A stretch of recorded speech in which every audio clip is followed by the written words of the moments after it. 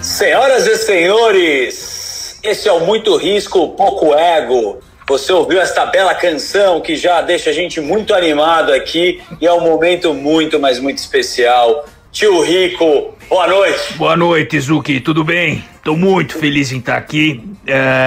Temos um participante que, na minha opinião, é uma pessoa extremamente iluminada e estou muito feliz que ele está participando aqui com a gente. Eu peço para você que está escutando esse podcast realmente se concentrar nesse momento, pegar uma caneta e um papel e anotar as palavras de pura sabedoria, porque hoje, com muito orgulho, nós temos um rabino. E é o rabino Davi Weitman. Uma salva de palmas para ele. Seja bem-vindo, rabino. Obrigado. Prazer ver todos vocês. Rabino, eu queria já te agradecer off records, mas a tua presença aqui deixa todo mundo muito feliz, todo mundo que nesse momento agora de pandemia a gente tem vivido um mundo bastante complexo, né? Então o papo aqui é justamente explorar questões novas e principalmente aqueles pilares de tradição que a gente nunca pode esquecer. Então obrigado pela tua presença aí de novo. Muito obrigado, tio. Que momento, eu confesso que eu não tenho como não ficar emocionado aqui, porque esse encontro da sabedoria entre tio Rico e Davi Weitman é épico. Rabino, aqui o papo, óbvio que a gente vai transitar por vários assuntos, a gente vai falar sobre inteligência financeira, a gente vai falar um pouco sobre a alma, sobre boas ações, mitzvah, e já te convido aqui para a primeira pergunta, que o nome do nosso podcast é Muito Risco, Pouco Ego. O que se fala na Torá sobre o ego? O ego é uma doença muito grave porque a vaidade ela acaba com os relacionamentos. Quando uma pessoa é muito orgulhosa, ele acha que sabe tudo, então ele não quer aprender de ninguém, não quer ouvir uma crítica, com esse ele não se relaciona, com esse ele não está bem. O problema é que ele acaba perdendo amigos. Então, quanto mais a pessoa anula o ego, mais amigos vai ter, mais sabedoria vai aprender. E, sem dúvida, eu gostei dessa história do realmente pouco ego, muito judaico. Bem colocado.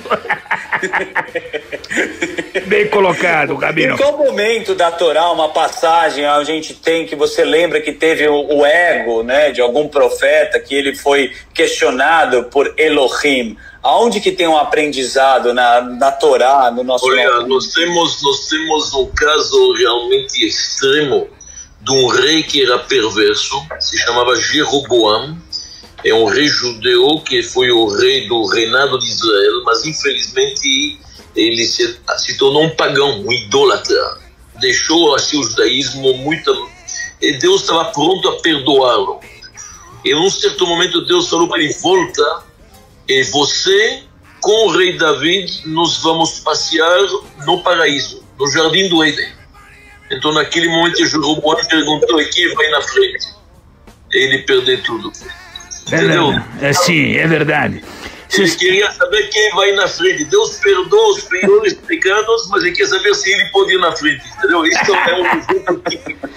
Você sabe, Zuki, o Davi ele tomou... ele fez uma frase aqui que eu acho que é extremamente profunda. O ego é um dragão que, na minha opinião, você tem que domar todos os dias, senão o que ele falou vira uma doença e é um problema grande. O problema do cara que tem grande ego é exatamente isso que o Rabino falou. Você não quer mais querer aprender, você não aprende mais, você não aprende. Verdade. E aí é o início da queda, né, Davi? Não tem como você querer aprender se você acha que sabe tudo, é um grande problema isso. E a verdadeira pobreza é a pobreza do conhecimento. É verdade. A gente está sempre aqui para aprender, né? O que a gente mais discute e compartilha aqui. Ô tio, você viu que a gente vai conseguir transitar por vários assuntos e eu, Davi, o nosso querido Rabino, ele, além do repertório, ele não costuma afinar nunca, né? A gente pode perguntar o que a gente quiser, que ele vai ter uma resposta para a gente trazer um aprendizado, né, Davi? Não sei.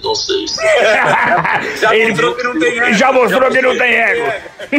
Todos nós temos ego um pouco, todos nós temos que trabalhar. Não posso tropeçar imediatamente.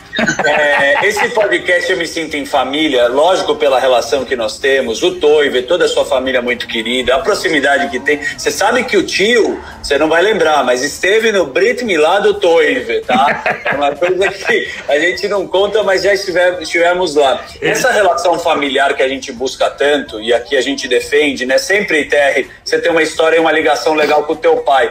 Qual que você acha que é a importância da base familiar? Primeiro pro TR, para ele contar pra gente. O que te deixou mais forte? Olha, era esse assunto que eu ia abordar. Cada vez mais, com essa questão do mundo interconectado, tá cada vez mais difícil você criar, fundamentar os pilares que de fato fazem uma família de verdade ter sucesso, seja o sucesso financeiro, seja ele de estrutura familiar. E é esse ponto que eu quero tocar pro Rabino Davi Weitman, para ele explorar um pouquinho melhor. As minhas filhas, é difícil, que hoje em dia tá tudo tão rápido, tão conectado, o acesso à informação tá tão grande, que é um desafio você solidificar esses pilares que muitas vezes são imutáveis. Você precisa ser imutável, você ter um caráter, o teu domínio ético precisa ser muito afinado. Queria que o Davi explorasse um pouquinho melhor esse âmbito. Qual a melhor maneira que ele enxerga para poder solidificar essas questões que são sine qua non? Eu concordo com você que hoje realmente a educação, a formação dos jovens está mais difícil porque eles têm acesso praticamente à informação, tudo que se pode imaginar e mais ainda. É verdade. Então, mas eu acho que um princípio muito importante hoje em dia é o espírito familiar. Muito importante, o que se chama em inglês family oriented, dar tempo para a família jantar juntos, se é judeus, não judeus, numa mesa de Shabbat, se é um domingo, se é um almoço. Nessa pandemia, muitas famílias corrigiram esse erro, acho, o tempo dispensado para a família. É verdade, tem um ponto positivo aí. Isso é importante. O exemplo também, como você disse, é importante. Existem certas coisas que a pessoa tem que saber é fora da minha praia. Não, já não é comigo. Tem que dizer, tem limites. Tudo a gente tem que ser aberto, pluralista, gosta de variedade, tudo que possível. Mas tem certas coisas que a gente pode tolerar e outras que não. Então, na ética e na moral, sempre tem certos limites que os filhos têm que saber. Não tem que ter medo de falar, obviamente, de uma forma clara e agradável, sem dúvida. E vamos falar uma coisa também que é muito importante. Na educação, 30% de transpiração, mas 70% de oração.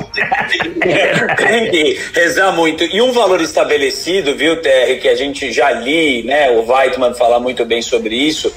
A gente quer super proteger os nossos filhos, eu acho que estabilizar a família é super importante, mas tem a colher de ouro. Quem nasce com a colher de ouro, e eu queria que o Weitman falasse um pouco sobre isso, a gente quer se proteger, quer dar tudo, mas as pessoas precisam dar os valores com as conquistas, com os degraus. Tô certo, Weitman? Sim, vou te falar o que acontece hoje. Muitos pais estão querendo dar o que eles não tiveram. Então, meu filho vai fazer um curso de paraquedismo, ele vai fazer motocross, ele vai fazer aviação. A verdade é que seria bom que os pais dão o que eles tiveram, porque nós recebemos tanta coisa dos nossos pais, nós nunca vamos poder retribuir aos nossos pais o que recebemos, mas nós podemos transmitir para os nossos filhos o que recebemos. Isso já é muito bom. É verdade, é verdade. O papo tá bem levado aqui, TR, com o Davi Weitman, tá bem legal. Mas, cara, eu preciso fazer uma pergunta, porque acho que é histórico, você pode me confirmar, juros a 2%, poupança não existe mais, né, deixar o dinheiro parado. 2% ao ano, bruto, nominal. Isso é uma coisa que não existe. Se o vovô tivesse vivo, ele não iria acreditar no que ele está vendo. É uma coisa que Risco Brasil pagando 2% nominal ao ano, de fato, acende o maçarico para a turma começar a se mexer, né? Você imagina, Zuki, antes, onde você tinha uma carteira aí majoritariamente de renda fixa, pré-fixado, o gasto de tempo, de energia para você buscar investimentos novos era pequeno. né? Você botava lá, deixava travado, sentava em cima de um papel de renda fixa, daqui a 2 anos você viu o que você ia fazer. Entendeu? Não existe mais sentar no pudim. Igual Puta, acabou, só tinha mão de alface, porra. Agora, você sabe que sempre você bate em tecnologia, os algoritmos muito me interessam, eu queria saber disso, e agora também, né? Você estava me explicando um pouco do conceito, dá para investir também com tecnologia? É aquela coisa que eu falo, Zucchi, quem acha que está fora do mundo tecnológico, ele não sabe que ele está inserido de alguma forma. Isso não existe. Hoje o mercado está tão interconectado e a demanda por inteligência e leitura de base de dados está tão grande que se você achar que você está fora, pode preparar o caixão para enterrar, que acabou. Então, cada vez mais a necessidade de ter gente capacitada para olhar mercados e leitura de dados, porque hoje esse é o desafio, um desafio grande. Você tem uma base gigante de informação, mas como é que você filtra isso tudo? Então essa turma nova, tem muita gente se adaptando, muita gente que sabe que isso está acontecendo, está enxergando na carne, mas ainda tem muita gente aí para se mexer. Então imagina, a tecnologia hoje, você tem que saber usar. Você tem que saber usar a nosso favor. Então, em termos de investimento, o grau de tecnologia que você tem em corretoras, em bancos, em fundos, e, para você filtrar essa informação, você tem que ter uma tecnologia de ponta, não tem jeito. Mas me fala o que você se interessa, porque você já me ajudou a fazer uma carteira de ações. A gente fala muito, né? Fundo imobiliário, a gente viu também, desde o Galileu, o que tem de legal?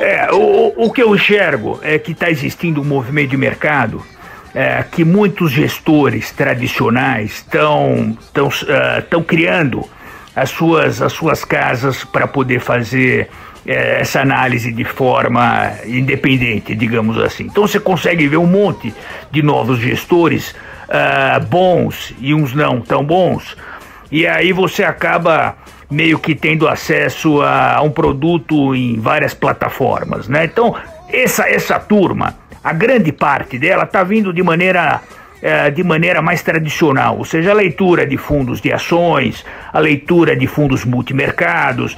Normalmente esse cara que já fazia isso numa outra casa, acaba abrindo a plataforma dele e acaba tocando dessa maneira que ele já fazia. Mas tem um ponto adicional que eu gosto de olhar. A gente sempre fala de tecnologia e quem olha para trás bate o carro. Você tem que olhar para frente. Mas então, me fala os fundos que você se interessa. Veja bem, você precisa ter nesses fundos quantitativos que a gente eu recebo muita pergunta de fundo quantitativo, tá? E é uma coisa que eu gosto, me interessa, uma coisa que fora do Brasil vem crescendo bastante. No Brasil é um desafio maior ainda, porque você tem várias variáveis, que basicamente no final da linha é o seguinte: você precisa traduzir modelos matemáticos, algoritmos que vão de fato colocar no trading aquilo que você acredita, a visão de mercado. Então você pode ver esses caras que vêm do ITA, do IME, esses caras que estudam matemática o dia inteiro, são caras bons, que acabam modelando esses modelos matemáticos para de fato colocar no fundo aquilo que eles estão acreditando. Agora, tem muita gente nova, né? Você tem muita gente nova, então você precisa ter uma estrutura mental de gestão que faça sentido, porque botar isso em algoritmo, ok, mas você precisa botar o que em algoritmo? Alguma coisa que de fato faça sentido. Tem consistência, né? Exatamente. Então, veja bem, os modelos tradicionais, né, que a gente pega, tem uma turma que abriu, o próprio o Verde, você vê a turma do Legacy, você vê o próprio Maraú, essa turma, eles vêm fazendo gestão de forma multimercado, normal, mas você tem os fundos que estão na ponta, que estão conseguindo traduzir isso de uma maneira um pouco diferente, e são em momentos de muita incerteza que eles conseguem deslanchar. Então eu tenho olhado o Maxwell do Safra, que olha, que consegue colocar traduz, né, toda a experiência de análise num fundo só. Você tem alguns outros fundos de gentes novas que estão tentando traduzir, alguns vão bem, outros não.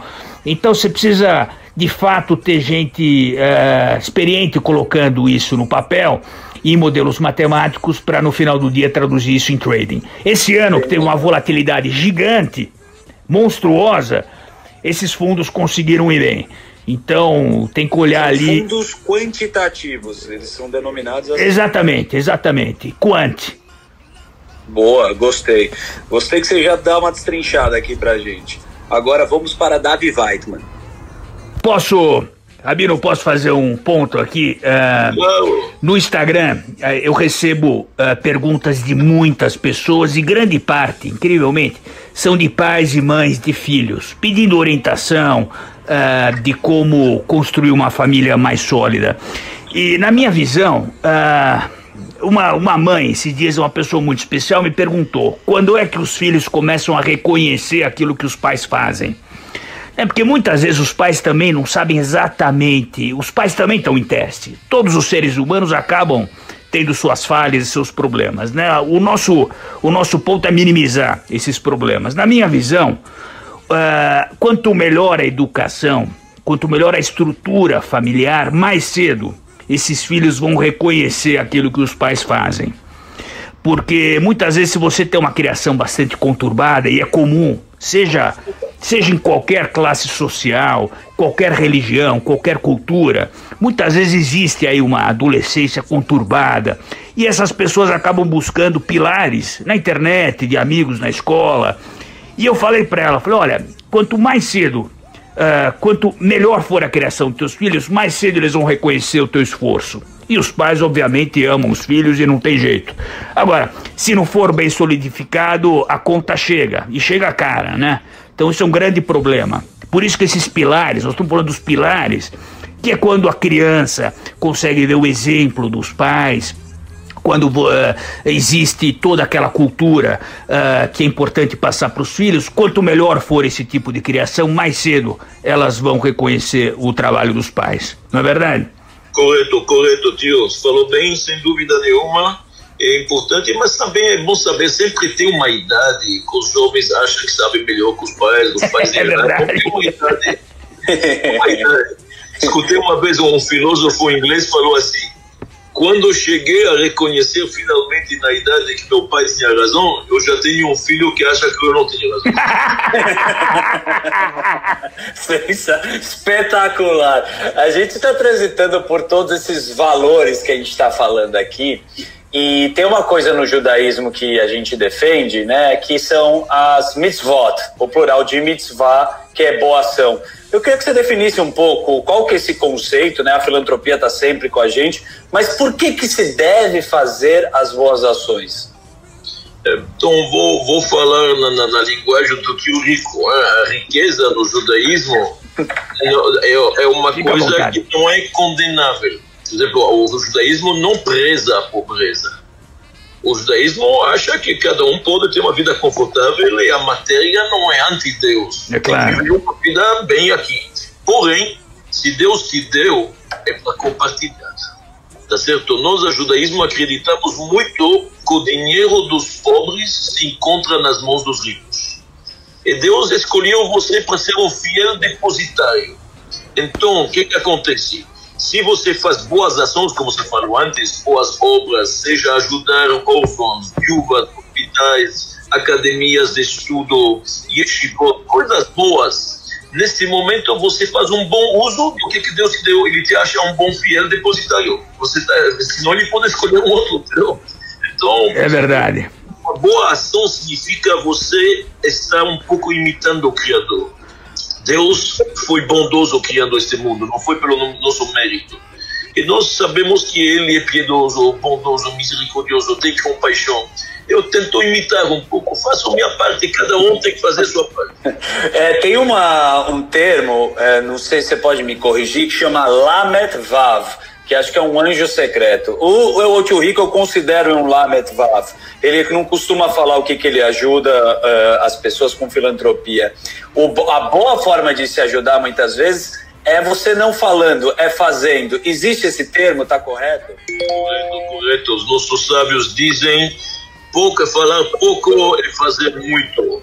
É melhor uma boa ação que 1000 suspiros. Você sabe, Rabino, você sabe, você foi muito certeiro nesse ponto. Quando você faz uma ação, por experiência própria, tá? Nem sempre, eu gostaria de fazer filantropia desde criança, mas quando eu era menor não era tão ligado nisso. Mas depois você vai amadurecendo e você vai enxergando as diferenças sociais tão profundas no mundo inteiro. No Brasil, óbvio, isso eu não preciso nem falar. E você sabe que quando eu faço uma ação filantrópica, eu sempre procuro não me expor, porque senão vira marketing, vira ego. E posso te falar, na verdade quem se sente melhor sou eu. Eu me sinto melhor fazendo esse tipo de ação. É claro, quando você fornece bens materiais, uma casa, uma doação, comida para as pessoas, mas no fundo, eu me sinto melhor. Tão bem quanto aqueles que estão recebendo aquela doação. Isso eu acho um negócio incrível. E você só consegue sentir esse sentimento bom quando você faz a filantropia. É um negócio que depois que eu comecei, eu falei, olha, eu nunca senti nada parecido com isso. É muito bom. E óbvio, a gente não vai mudar o mundo inteiro de uma hora para outra, mas se cada um fizer como se fosse uma formiguinha, seja ela de forma financeira ou existem várias outras formas, né? As meninas, as minhas filhas falei, pô, vai dar aula de inglês para as crianças que precisam de um pouco mais de base para isso, não tem condições. E tô plantando na cabeça delas esse tipo de coisa. Mas no fundo, quem se sente melhor é quem faz a ação. Isso é incrível. Legal. Sem dúvida, olha, você falou uma palavra que consta no Talmud. Muito mais do que é a verdade, o homem próspero faz com o homem necessitado, ou necessitado faz pelo próspero. A gente se sente bem e faz uma coisa gostosa. Você fala, e nessa época agora da pandemia, estamos vendo tanta gente que está optando por voluntariado, porque ajudar uma boa ação com dinheiro. E com o tempo, você falou, aula de inglês, com energia, com sorriso, com braço, o que seja. É muito, muito importante isso. Muito legal. Tem que começar jovem, porque isso é uma coisa que tem que começar muito jovem já. É verdade. Você sabe, ô tio, quando teve o começo da pandemia, o Rabino Davi Weitman me ajudou, sem ele saber, porque eu escutei um áudio dele, enfim, e falava muito que a pandemia, a pergunta sempre vem quando acontece uma coisa que a gente não tem controle, why, né? Por quê? Mas não é why, é what, o quê? O que a gente pode fazer? O que o Rabino não falou e ele faz que é muito bonito é o Teniad, que ajuda milhares de pessoas. É óbvio. Sim. É muito bacana essa filantropia. Eu queria que ele falasse um pouco o que é o Teniad e o que a gente pode fazer. O Teniad é uma entidade que o carro-chefe é a alimentação. A gente procura dar uma alimentação balanceada para a camada dos nossos irmãos, dos nossos cidadãos que precisam. Não é um sopão, não é uma sopa, mas é um 3-course meal. Realmente é uma refeição com tudo que precisa, desde a sopa do pão, da entrada, tudo que precisa está lá. E a gente dá milhares desses por dia. Obviamente que quando alguém está mexendo com uma população desse, não é somente comida. Então tem muitos pedidos que vêm junto. Complementando aqui, Rabino, eu queria que você falasse também, a gente está falando esse trabalho do Teniad, que é muito bonito, e em setembro, acho que vai cair dia 27, se eu não me engano, agora, o Yom Kippur, que é uma das festas que a gente celebra e fala muito, que é o dia do perdão judaico. E as pessoas estão agora no momento de se perdoar e pedir mais desculpas. O que é essa festa e o que é esse momento de reflexão que a gente pode fazer pelos outros? Então, o Dia do Perdão é um grande presente que Deus está dando para a humanidade. Porque normalmente a pessoa é dono do seu presente. Ninguém de nós é dono do futuro, e menos ainda dono do passado. Se você entrou numa loja de brinquedos ou de cristais e você quebrou um vaso, tem que pagar, está quebrado. chega Deus e nos... É verdade. Chega Deus e nos diz, você pode corrigir o teu passado, mesmo que você tropeçou, mesmo que errou, mesmo que há alguma mácula, algum erro, com um sincero arrependimento, Deus aceita. É isso uma lição extraordinária. Claro que tem que ter convicção, tem que acreditar e tem que se arrepender. Mas isso dá uma lição para nós também, que temos que aprender a perdoar as pessoas. Quer dizer, tem que saber relevar. Se Deus perdoa os nossos erros, os nossos pecados, nós temos que relevar o que os outros fazem também. É claro. Agora, Rabino, eu queria tocar num assunto delicado, que é muito comum ao longo do tempo, que são os casais, né? Porra, ao longo do tempo, às vezes você aprende a lidar com o relacionamento, mas depois de 5, 10 anos, parece que a panela esfria muitas vezes, né? E aí pra você requentar ela é difícil. É difícil. Então, eu queria que você explorasse também um pouco melhor desse assunto, porque criação de filhos é uma coisa que a gente precisa olhar com com uma lupa muito boa, e muitas vezes essa base, ela vem do relacionamento entre o casal, né? E cada vez mais agora nessa pandemia, todo mundo preso em casa, não consegue mais olhar na cara do marido, verdade, da esposa. Muitas separações, Rabino, tem muita gente se separando. Como é que mantém um casamento pra você? Eu até vou prestar bastante atenção e anotar aqui, porque com a minha mulher não tá fácil, viu? Alguém falou casar é fácil, mas a manutenção é mais difícil. A verdade é o seguinte, para os amores não evaporar, a receita judaica é principalmente se concentrar nas virtudes do outro e nos defeitos próprios. Que legal. Vamos repetir isso, é muito importante isso que você falou. Salomão, quando ele compara os amores dentro do Cântico dos Cânticos, o rei Salomão compara isso muitas vezes a labaredas de fogo. Amor é uma coisa que sobe como fogo, é intensivo, depois desce um pouco, aumenta, você nunca vê o fogo tranquilo, a água flui tranquilamente, mas amor é como fogo, tem chama maior, diminui, mas o que acontece? O fogo só funciona se você tem, na verdade, combustível. Tem que alimentar o fogo, ou colocar madeira, ou querosene, ou gasolina, ou óleo, ou azeite, alguma coisa, tem que colocar combustível. A mesma coisa no relacionamento. Todo dia, marido ou mulher, os dois, se concentrar um pouco nas coisas boas que tem.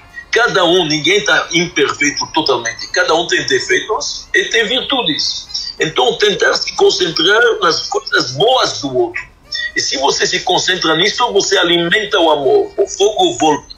Entendeu? A paixão. Porra, incrível. Incrível isso. Você tem que focar nas coisas boas dos outros e dar uma atenção nos próprios defeitos, né? Bem judaico. Bem judaico. E no fogo, numa outra festa, né, que é o Lag Baomer, fala que quando você segura um pedaço de madeira com fogo, se você jogar o pedaço de madeira para baixo, o fogo nunca muda a sua direção. Essa é a nossa essência. Agora, todo mundo acha... A gente não pode perder nossa essência também. Agora, todo mundo acha que é perfeito, né, Rabino? Todo mundo acha que é perfeito. Esse é o problema. Estamos longe da perfeição, mas o importante é a direção, tio. É a direção, é verdade. A direção. Ele puxou aqui o rei Salomão, um dos reis mais sábios, mais humildes e um dos mais ricos, e tem a história, né, que a gente sabe várias histórias do rei Salomão. A gente aqui não tem, como você falou, no judaísmo, a gente não tem problema em falar de riqueza, não tem problema de falar de dinheiro, e eu queria puxar uma relação que acho que dinheiro em hebraico é kesef. Kesef significa desejo, e o que a gente tem que aprender e como valorizar esse desejo que é o dinheiro? Então, o desejo da pessoa crescer materialmente, como disse antes, não é condenável desde o momento que a pessoa sabe usar. Porque na vida você tem dois testes. Tem o teste da pobreza e o teste da riqueza. O que acontece? Pobreza é um teste a não se rebeliar, a não se revoltar contra Deus. É um teste difícil. A riqueza é fazer um bom uso do teu dinheiro, deixar realmente obras bonitas, saber compartilhar com os outros e assim diante, apreciar, reconhecer, agradecer. São dois testes. Eu acho o seguinte, desejar, sim, e que essa vem realmente da palavra desejo. Mas é interessante O dinheiro, na época talmúdica, ele se chamava Zuz. E Zuz, em hebraico, significa ele se mexe. O dinheiro é redondo, como as moedas, ele se mexe. Hoje ele está aqui, amanhã está no outro. É verdade, olha. Ganhou, tá certo? Não, o dinheiro não fica sempre com os mesmos, ele pode andar dependendo da gente.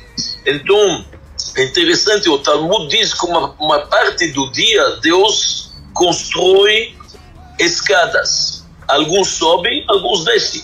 E a mesma coisa no mercado financeiro. A gente sabe, vai ter subidas e descidas. Não é sempre igual. Manter a fé, manter a confiança em Deus, agradecer pelo que nós temos, estar feliz com o que nós temos. Se quer mais, então faça mais. Pô, e teve uma escada grande agora no mercado financeiro para baixo, hein? Subiu rapidinho, mas teve uma escada grande. Quanto assunto que a gente vai transitando aqui, e de verdade, assim, esse podcast já tá rico. Mas assim, o que? Você pegou isso que ele falou? Você pegou de verdade? Tem que refletir isso no que ele falou. O dinheiro, ele se movimenta. Cabe a nós controlarmos aquilo que está nas nossas mãos hoje, porque amanhã pode ser que não esteja mais. Então, o negócio, Rabino, me permite, eu vou trazer um assunto que você comentou há pouquinho tempo atrás. O futuro a gente não tem, e o passado menos ainda. É hoje. O presente é um presente, é um clichê, mas é verdade. Então, se não souber fazer bem, cuidar bem, tanto da tua família, do teu dinheiro, dos teus ativos, seja ele um cachorro, uma filantropia, alguma coisa, você vai descer a escada. E desce rapidinho, desce de elevador, inclusive, não é nem de escada. É verdade, é um ponto importante isso. Por isso que eu acho que é fundamental valorizar hoje. E eu vou te falar, muita gente, esses jovens hoje, óbvio que eu não vou generalizar, mas muitas vezes a ânsia por fazer alguma coisa é tão grande que essa turma não vive hoje. Não vive. A gente não tem amanhã nem ontem, é hoje que nós temos. Então é um desafio grande, grande. E uma diversidade, né, Rabino? Se você quiser complementar, pode complementar. Não, tá certo. Muitas vezes querendo tanto fazer o amanhã, a gente esquece do hoje. É bom, muitas vezes não tem. É bom sonhar, acho que é importante sonhar, porque isso é a energia para ir para frente, é bom, é correto, mas não esquecer do dia a dia, não esquecer do dia. Tem mais uma coisa, já que estamos falando um pouco assim de assets, de mercado financeiro, tem um bem que a cada instante se desvaloriza. E se chama tempo. É verdade. É recuperável, tá certo? O tempo é uma coisa que você não pode recuperar, não. O que passou já ontem. Então é muito importante bem preencher o tempo. Eu acho que a ociosidade também é um inimigo grande. É verdade, é verdade. Isso, e falando do tempo agora atual que a gente está vivendo nesse momento, como que você consegue equalizar, como você vê o número de gatilhos negativos que a gente está sofrendo para saber dessa pandemia, como vive o hoje, não sabendo com tantas incertezas que a gente está sentindo nesse momento, Weidmann? Sim, é um momento de grandes incertezas, é verdade. Realmente, acho que ninguém no mundo sabe o que vai ter daqui 2 semanas, daqui 1 semana, o que está acontecendo. Até o próprio coronavírus, ninguém entende ele, com alguns é forte, com alguns é fraco. Tem gente de 94 anos que estão bem e outros de 30 anos. É incógnita total. E todos os planos, e todos os projetos, e todos os planejamentos foram para água abaixo. Mas do outro lado, vou te falar uma coisa, era sempre assim. A gente pensava que mandava, a gente pensava que a gente pode planejar. É sempre Deus que tinha a última palavra, a gente não pode se enganar. Homens de fé sabem que tudo está na mão de Deus. A gente gosta de planejar, de projetar, mas temos que saber, somos limitados. Então, para nós não mudou nada. Sempre a última palavra foi de Deus. Agora sentimos mais a incerteza, é verdade, sentimos mais a incerteza. E nos mercados, imagino que também deve ter umas oscilações muito grandes. Grande. A incerteza, ela é boa, sabe por quê? Porque ela como vocês falaram, é menos ego.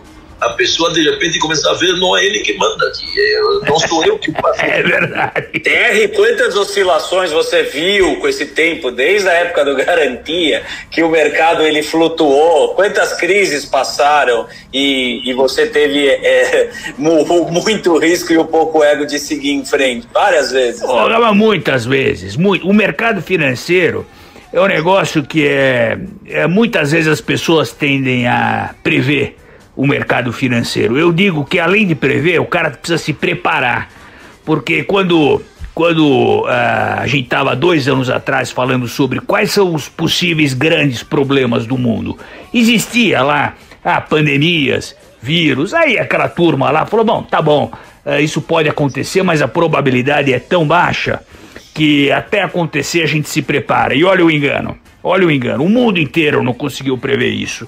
Então, mais do que tentar prever o que vai acontecer, se preparar.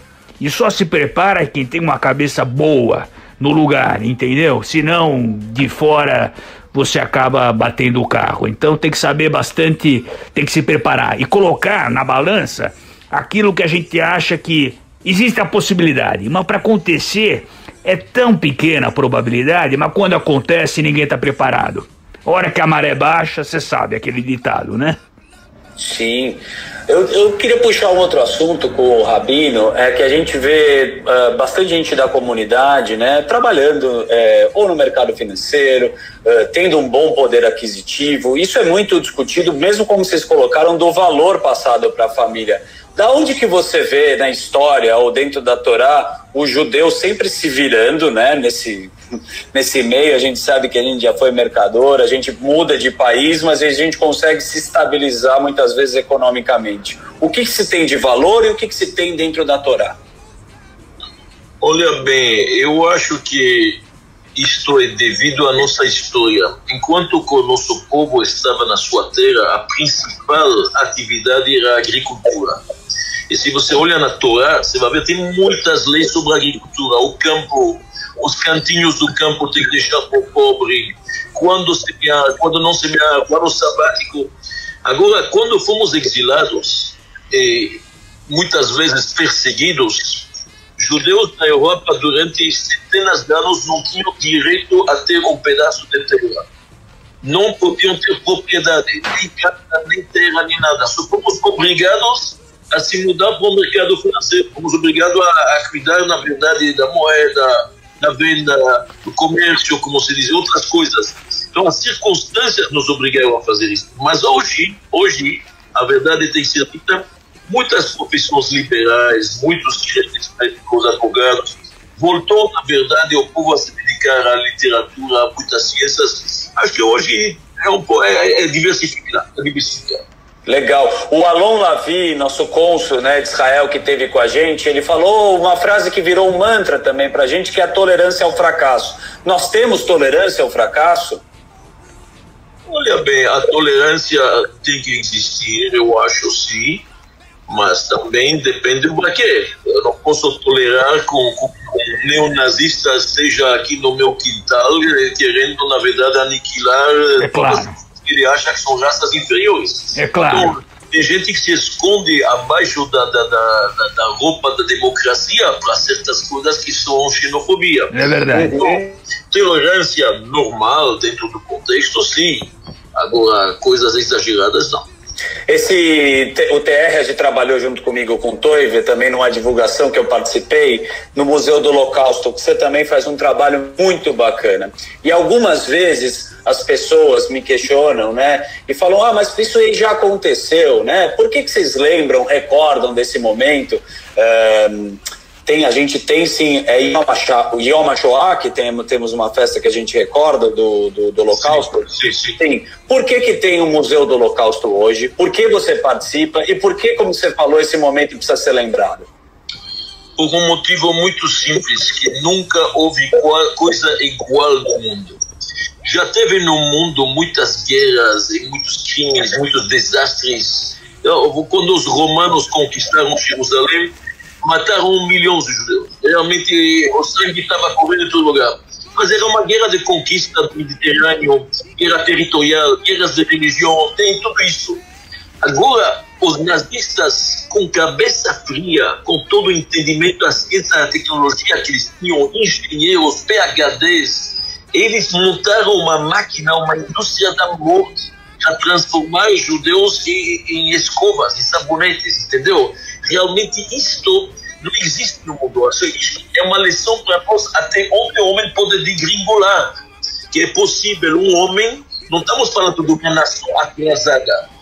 Na vila de Wannsee, em Berlim, quando resolveram a solução final do povo judeu de aniquilar, tinha 15 pessoas, 8 eram PhD. 8 eram PhD. Estamos falando de uma nação avançada que deu para o mundo literatura, música, etc. E mesmo assim, a ciência deles era para matar e acabar com uma nação. Daqui a gente vê que informação sem formação é perigoso. Conhecimento sem moral, sem ética, sem uma autoridade suprema, sem fé, é perigoso. E o mundo do Holocausto é para ensinar isso, para não se repetir as coisas. Exatamente isso. Olha isso, é para não repetir. A gente não vive o passado e nem o futuro, mas o passado tá aí, a gente pode aprender muito com ele, muito. Então acho que esse ponto que você comentou, Rabino, é extremamente importante, é para aprender a não se repetir. Porque a capacidade do ser humano em diversas situações, tanto no Holocausto dos judeus, na Segunda Guerra, o genocídio armênio em 1915, quer dizer, isso significa que há capacidade, a capacidade existe, a maldade existe. Então, se a gente conseguir olhar para o passado e aprender com ele, e sempre ajustar, né? Porque isso é um perigo constante. O ser humano se já se mostrou capaz de fazer isso em algum momento, para repetir em algum outro momento, onde as circunstâncias são propícias, não demora muito. Então você precisa de verdade aprender, e esses museus que olham para o passado, na verdade eles significam uma lição importante e a gente precisa trabalhar para nunca mais esses genocídios acontecerem. Correto, muito bom. Ó, eu vou falar uma coisa para vocês aqui. Tem a Torá escrita, né, que a gente segue, e existe a Torá oral. Hoje o Rabino Davi Weissman, TR, nos passou uma Torá oral, e você também nessa discussão filosófica, humana. Eu quero encerrar o nosso papo, porque tem uma outra coisa que o TR defende, né, TR? Quando você vai beber um vinho, não importa, né, o valor dele, você é um cara que bebe o vinho. Você enaltece, você contempla os momentos. Eu tô correto, tio Rico? Exato. Eu acho que quando a gente abre um vinho, Rabino, eu sempre gosto de abrir um vinho, e eu sempre dedico, não preciso nem falar pra ninguém, eu sempre dedico aquela taça daquele vinho para alguém, ou para algum momento, para algumas coisas, e muitas delas mostram que o presente é algo caríssimo e ao mesmo tempo é de graça, porque é aquilo que a gente tem. Então, seja ele um vinho caríssimo ou um vinho barato, para mim o ponto é, o que vale essa taça agora para mim?